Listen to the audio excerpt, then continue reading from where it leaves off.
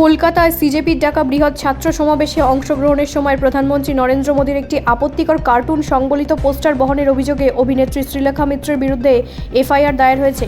ঘটনাকে ঘিরে রাজনৈতিক ও সামাজিক মহলে ব্যাপক বিতর্কের সৃষ্টি হয়েছে। অভিযোগ অনুযায়ী শুক্রবার অনুষ্ঠিত ওই ছাত্র সমাবেশে শ্রীলেখা মিত্রকে এমন একটি পোস্টার হাতে দেখা যায় যাতে প্রধানমন্ত্রী নরেন্দ্র মোদীকে নিয়ে আপত্তিকর কার্টুন প্রদর্শিত হচ্ছিল। অভিযোগের ভিত্তিতে পুলিশ ভারতীয় ন্যায় সংহিতার প্রাসঙ্গিক ধারায় মামলা রুজু করে তদন্ত শুরু করেছে। পুলিশ সূত্রে জানা গেছে, সমাবেশের ভিডিও ফুটেজ, ছবি এবং অন্যান্য ডিজিটাল প্রমাণ খতিয়ে দেখা হচ্ছে। এই ঘটনাকে কেন্দ্র করে রাজনৈতিক চাপানোত্তর শুরু হয়েছে। বিরোধী শিবিরের একাংশের দাবি, মত প্রকাশের স্বাধীনতা গণতন্ত্রের অন্যতম ভিত্তি এবং শুধুমাত্র একটি পোস্টার বহনের কারণে ফৌজদারি মামলা দায়ের করা অযৌক্তিক।